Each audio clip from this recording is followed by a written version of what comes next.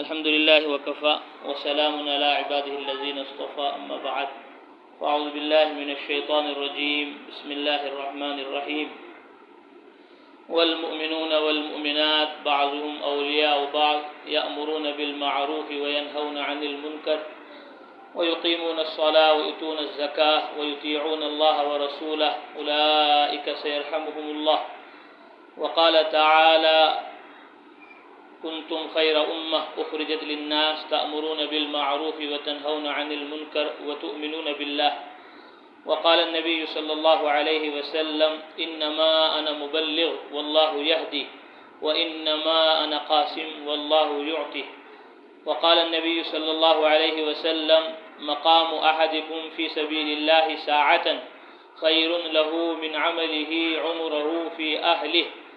وقال النبي صلى الله عليه وسلم لا هجرة بعد الفتح ولكن جهاد ونية إذا استنفرتم فانفروا أو كما قال عليه الصلاة والسلام.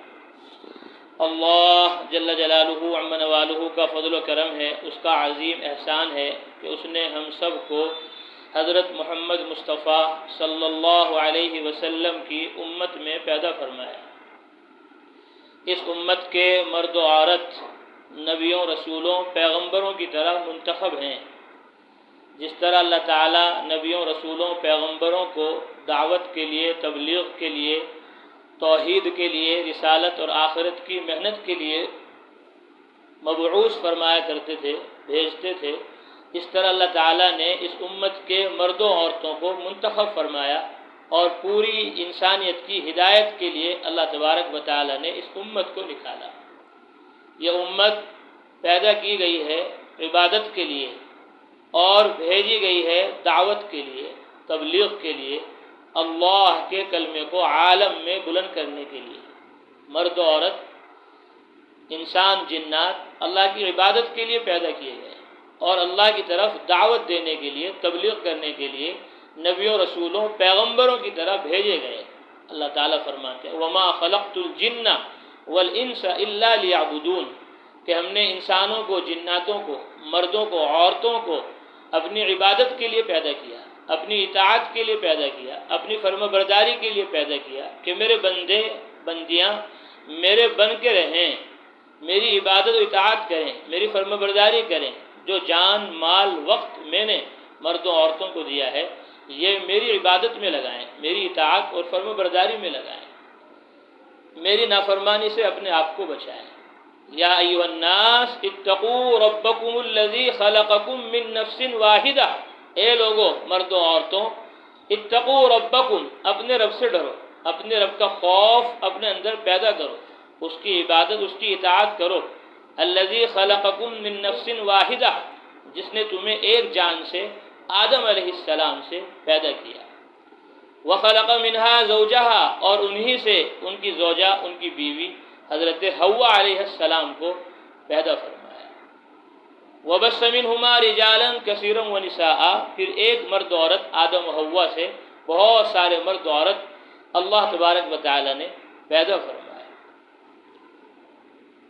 دنیا کا سلسلہ جو جاری ہے وہ مرد و عورت سے جاری ہے کہ ایک مرد آدم، ایک عورت حوا، ان سے اللہ تعالیٰ نے نسل انسانی کو وجود بخشا۔ پوری دنیا ایک مرد و عورت سے چل رہی ہے۔ جس طرح دنیا مرد و عورت سے چل رہی ہے اسی طرح دین، دعوت، وہ بھی مرد و عورت دونوں سے چلے گا۔ صرف مردوں کا دیندار ہونا کافی نہیں، صرف عورتوں کا دیندار ہونا کافی نہیں۔ مردوں کا بھی دیندار ہونا ضروری ہے، عورتوں کا بھی دیندار ہونا ضروری ہے۔ جس طرح دنیا کا سلسلہ مرد و عورت سے جاری ہے اسی طرح دین کا سلسلہ، عبادت کا سلسلہ، سنت کا سلسلہ، شریعت کا سلسلہ، قرآن اور حدیث پر عمل کرنے کا سلسلہ جو جاری ہوگا، عالم میں پھیلے اور پہنچے گا، وہ مرد و عورت دونوں کی قربانی سے پہنچے گا، دونوں کی محنت اور دونوں کے مجاہدے سے پہنچے گا۔ اس لیے مردوں کا بھی دیندار ہونا ضروری اور عورتوں کا بھی دیندار ہونا ضروری ہے، سنت اور شریعت کا پابند ہونا ضروری ہے۔ وما خلقت الجن والانس الا لیعبدون کہ ہم نے انسانوں، جناتوں کو اپنی عبادت کے لیے پیدا کیا کہ وہ لا الہ الا اللہ کو دل کے اندر داخل کریں کہ لا الہ، اللہ کے سوا کوئی معبود نہیں، اللہ کے سوا کوئی کارساز نہیں، اللہ کے علاوہ کوئی مشکل کشا نہیں، اللہ کے علاوہ کوئی حاجت روا نہیں، اللہ کے علاوہ کوئی بگڑی بنانے والا نہیں، اللہ کے علاوہ کوئی دنیا اور آخرت دونوں جہاں میں کامیابی دینے والا نہیں۔ لا معز الا اللہ، اللہ کے علاوہ کوئی عزت نہیں دے سکتا۔ لا مذل الا اللہ، اللہ کے علاوہ کوئی ذلیل نہیں کر سکتا۔ لا محی الا اللہ، اللہ کے علاوہ کوئی زندگی نہیں دے سکتا۔ لا ممیت الا اللہ، اللہ کے علاوہ کوئی موت نہیں دے سکتا۔ موت کا، حیات کا مالک، کامیابی اور ناکامی کا مالک، عزت اور ذلت کا مالک تنہا ایک اللہ ہے۔ لا الہ، کہ اللہ کا ہر غیر ہمارے دل سے نکل جائے، اور اللہ کی عظمت، اس کی محبت، اس کا یقین ہر مرد و عورت کے دل میں آ جائے، کیونکہ یقین یہ سب سے بڑی دولت ہے۔ حضرت ابوبکر صدیق رضی اللہ تعالی عنہ نے ارشاد فرمایا، ایک مرتبہ امام الانبیاء حضرت محمد مصطفیٰ صلی اللہ علیہ وسلم نے خطاب فرمایا، بیان فرمایا۔ تو بیان میں آپ نے فرمایا، یا ایھا الناس، اے مردوں عورتوں، دنیا بھر میں رہنے والے انسانوں، اللہ جل جلالہ عما والہ نے انسانیت کو یقین سے اور عافیت سے بڑی کوئی چیز عطا نہیں فرمائی۔ سب سے بڑی خیر، سب سے بڑی بھلائی جو انسانوں کو اللہ کی طرف سے ملی ہے وہ یقین اور عافیت ہے، جس کو ہم سکون اور اطمینان، راحت کہتے ہیں۔ فَسَلُوهُمُ اللَّهُ، اے مردوں عورتوں، تم اللہ سے یقین کو مانگتے رہا کرو۔ یقین مل گیا، اس کے باوجود بھی اعلیٰ یقین اللہ سے مانگتے رہو، اس کی اللہ سے طلب کرتے رہو، اس کی اللہ سے جستجو کرتے رہو، اور عافیت اللہ تعالیٰ سے مانگتے رہو۔ حسن بصری رحمۃ اللہ علیہ، جو بہت بڑے تابعی ہیں، جنہوں نے تقریباً 500 صحابہ کو دیکھا ہے، اور حضرت ام سلمہ رضی اللہ تعالی عنہ جو ایمان والوں کی ماں ہیں، ان کے سینے سے لگ کر انہوں نے بچپنے میں دودھ نوش فرمایا۔ ان کی والدہ ان کے یہاں کام کرتی تھی، کبھی چلی جاتی تھی اور یہ رونے لگتے تو ام سلمہ رضی اللہ تعالیٰ عنہ ان کو اٹھا لیتی۔ تو آپ صلی اللہ علیہ وسلم کے گھر میں، نبوت کے گھر میں گویا ان کی پرورش ہوئی، ایمان والوں کی ماں کا دودھ انہوں نے نوش کیا۔ اس کی برکت یہ ہوئی کہ اللہ تعالیٰ نے ان کو بڑے ایمان سے، بڑے یقین سے اور بڑے علم و عمل سے نوازا۔ چنانچہ علماء فرماتے ہیں کہ حضرت حسن بصری رحمۃ اللہ علیہ جب بیان کرتے تھے، تقریر کرتے تھے، ان کی باتیں نبیوں سے ملتی جلتی ہوتی تھی، رسولوں سے ملتی جلتی ہوتی تھی، پیغمبروں والی، گویا ان کے اندر ایک شان تھی، ان کا کلام نبیوں کے مشابہ تھا۔ انہوں نے اس حدیث کی روشنی میں فرمایا، صدق اللہ و رسول، اللہ اور اس کے رسول نے سچ فرمایا کہ یقین سب سے بڑی دولت ہے، عافیت سب سے بڑی خیر اور بھلائی ہے۔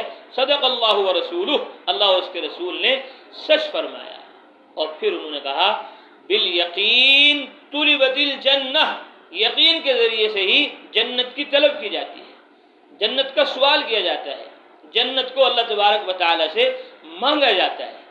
آج مرد بھی، عورتیں بھی غور کریں اپنی زندگی میں کہ ہم دن میں، رات میں، صبح میں، شام میں، ہر نماز کے بعد کبھی اللہ تعالیٰ سے رو کر، تڑپ کر جنت کو مانگتے ہیں، جنت کا سوال کرتے ہیں؟ جنت کی کوئی خواہش ہمارے اندر ہے یا دنیا کی طلب ہمارے اندر ہے؟ اسباب اور چیزوں کا ہمارے اوپر غلبہ ہے یا آخرت کا ہمارے اوپر غلبہ ہے؟ ہر ایک مرد عورت غور کر کے کہے گا کہ اللہ ہم سب کو معاف فرمائے، جنت کو ہم بھولے ہوئے ہیں۔ مطلب کیا ہوا؟ مطلب یہ ہوا کہ یقین میں ضعف ہے، یقین میں کمزوری ہے۔ اگر مسلمان مردوں عورتوں کے سامنے جنت ہوتی تو پھر یہ دیندار ہوتے، یہ دین کے مددگار ہوتے، یہ سنت و شریعت کے پابند ہوتے۔ آج مرد بھی دنیا کی وجہ سے جنت کو بھول گئے، عورتیں بھی دنیا کی وجہ سے جنت کو بھول گئی۔ اور کیوں نہ بھولتی؟ اللہ نے خود فرمایا قرآن میں، یا ایھا الناس، اے لوگوں، مردوں عورتوں، لا تغرنکم الحیات الدنیا، تمہیں دنیاوی زندگی دھوکے میں نہ ڈال دے، کیونکہ دنیا سامنے ہے، صبح شام سامنے ہے، شام سامنے ہے، دوپہر سامنے ہے، کمانا سامنے ہے، کھانا سامنے ہے، پہننا سامنے ہے، تو یہ سامنے ہے۔ اور جنت کو اللہ تعالیٰ نے حفت الجنہ بالمکارہ فرمایا، جنت کو اللہ تعالیٰ نے ڈھانپ دیا ہے، چھپا دیا ہے ناگواریوں کے نیچے۔ ناگواری ہوتی ہے ایمان لانے میں، کتنے لوگ ایمان نہیں لاتے؟ ناگواری ہوتی ہے نماز پڑھنے میں، کتنے لوگ نماز نہیں پڑھتے؟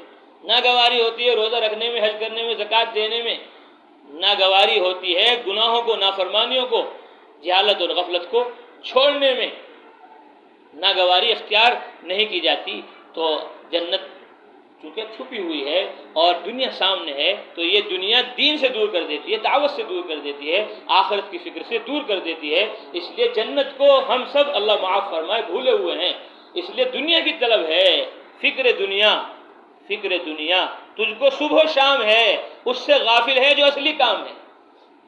فکر دنیا تجھ کو صبح و شام ہے، اس سے غافل ہے جو اصلی کام ہے۔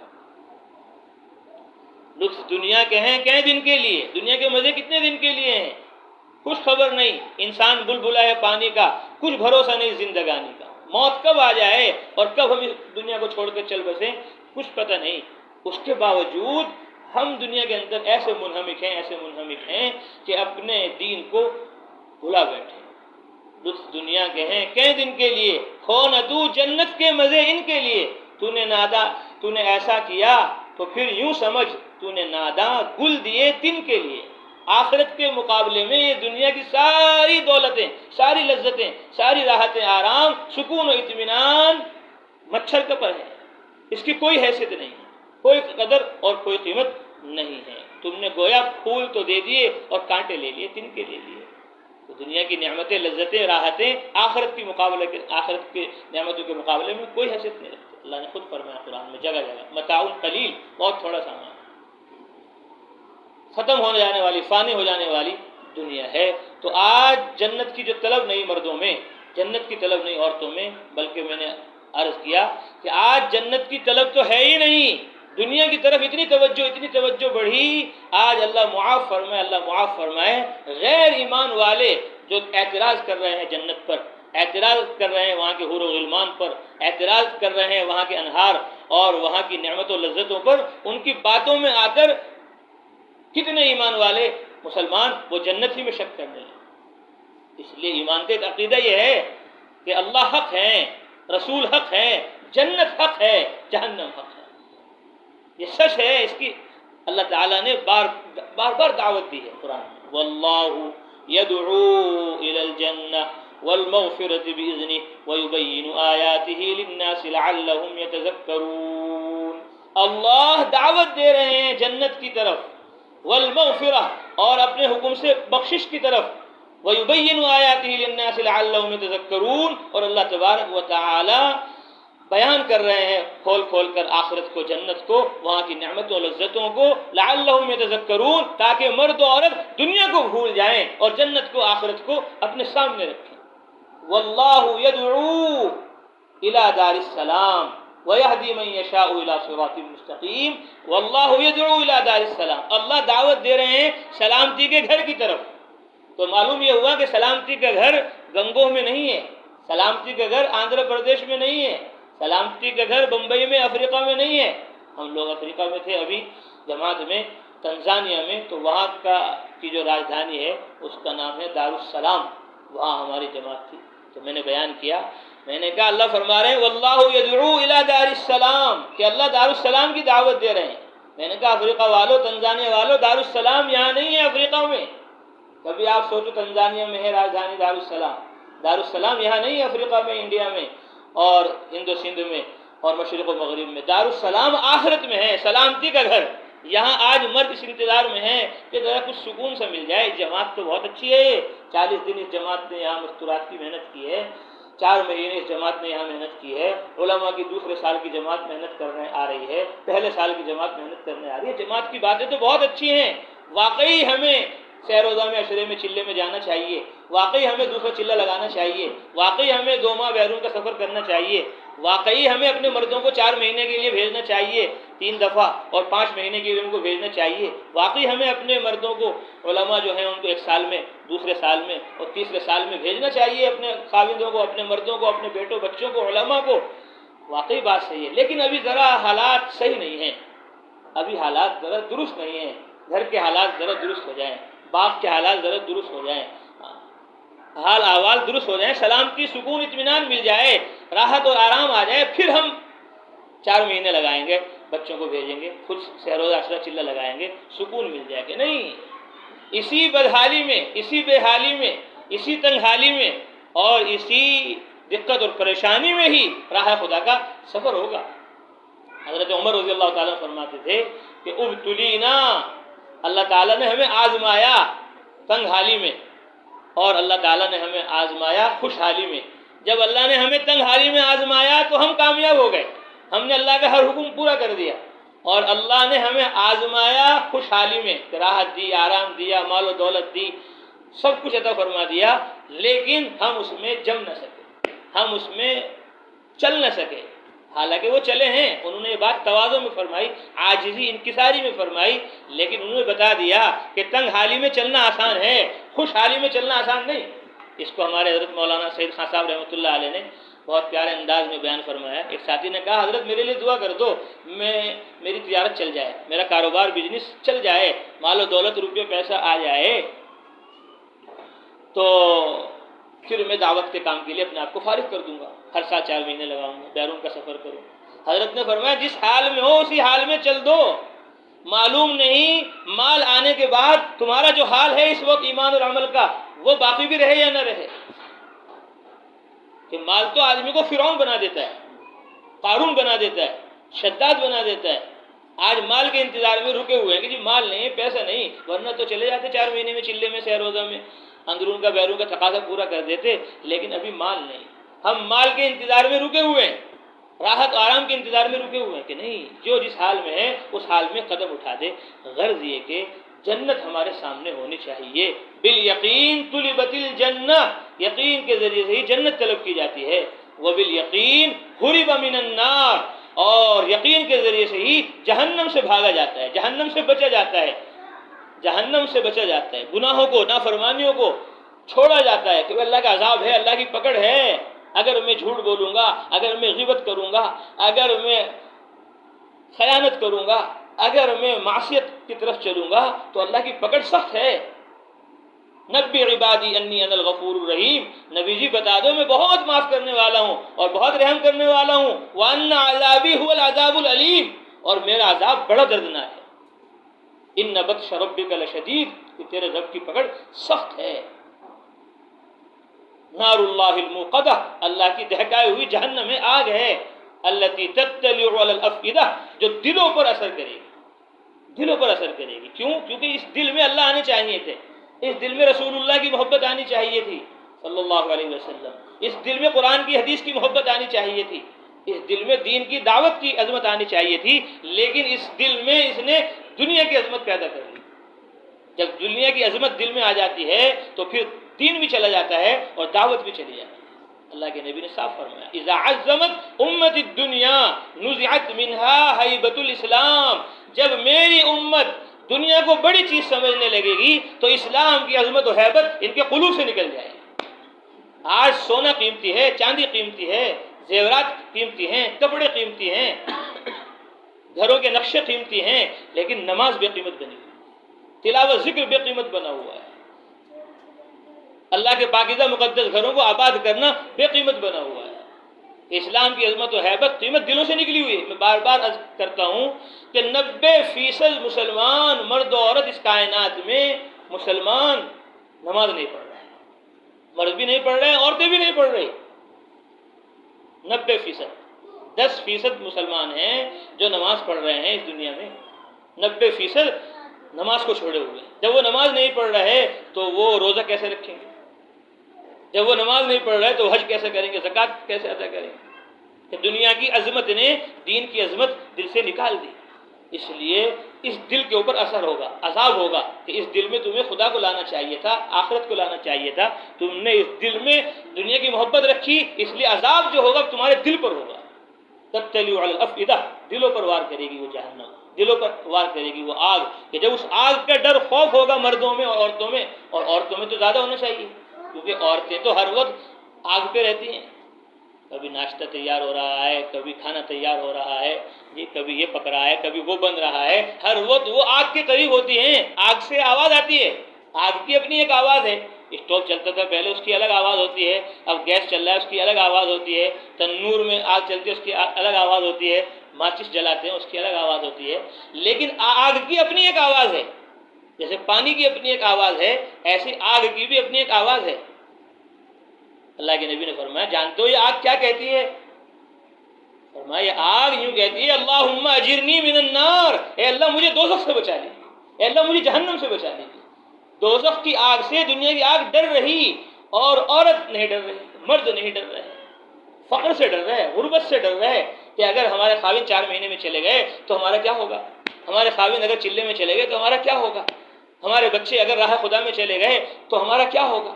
کچھ نہیں ہوگا تمہارا وہی ہوگا جو حاضر علیہ السلام کا ہوا، تمہارا وہی ہوگا جو حضرت مریم علیہ السلام کا ہوا۔ حاضر علیہ السلام کو چھوڑ کر چلے گئے ابراہیم علیہ السلام، بتایا بھی نہیں کتنے دن کا سفر ہے، کس کے حوالے کر کے جا رہے؟ ابراہیم علیہ السلام کوئی جواب نہیں دے رہے۔ کئی بار جب کہا انہوں نے جواب نہ دیا تو خود ہی ان کے دل میں بات آئی کہ اللہ ہمارا کبھی حاضہ، کیا اللہ نے آپ کو حکم دیا ہے ہمیں چھوڑ کر جانے کا؟ تو زبان سے نہیں کہا، گردن ہلا کر کہہ دیا کہ ہاں خدا کا حکم ہے۔ تو حضرت حاجرہ نے جو بات ہزاروں سال پہلے کہی تھی، جب تک آج کی مائیں بہنیں ہماری عورتیں وہ بات نہیں کہیں گی جب تک کہ ایمان کا یقین کا ذائقہ وہ نہیں چکھ سکتی۔ حضرت حاجرہ نے کہا اذن لا یضیعنا، ابراہیم جس اللہ کے حکم پر تم ہمیں چھوڑ کر جا رہے ہو، یہاں بے یار و مددگار، میدان میں جنگل میں دور دور تک کوئی آدم زاد نہیں، اذن لا یضیعنا، اللہ ہمیں یہاں ضائع نہیں کریں گے۔ تسلی دے دی، تسلی دے دی۔ اللہ کے نبی نے فرمایا الدنیا کلھا متاع، دنیا ساری کی ساری نفع کی چیز ہے، وخیر متاع الدنیا المرأۃ الصالحہ، سب سے زیادہ کائنات میں نفع کی جو چیز ہے وہ نیک عورت ہے۔ نیک عورت کون ہے؟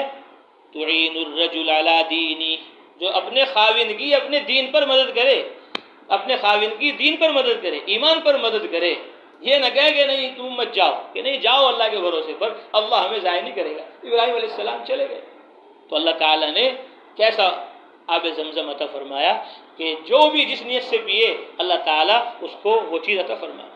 ماء زمزم لما شرب لہ، کہ زمزم کا پانی جاہل پیے اللہ اس کو عالم بنا دے، غریب پیے اللہ اس کو مالدار بنا دے، مریض بھی اللہ تعالیٰ اس کو شفا عطا فرما دے، راستہ بھولا ہوا پڑھے اس کو راستہ مل جائے۔ جس نیت سے جو آب زمزم پیتا ہے اللہ تبارک و تعالیٰ اس کو وہ چیز عطا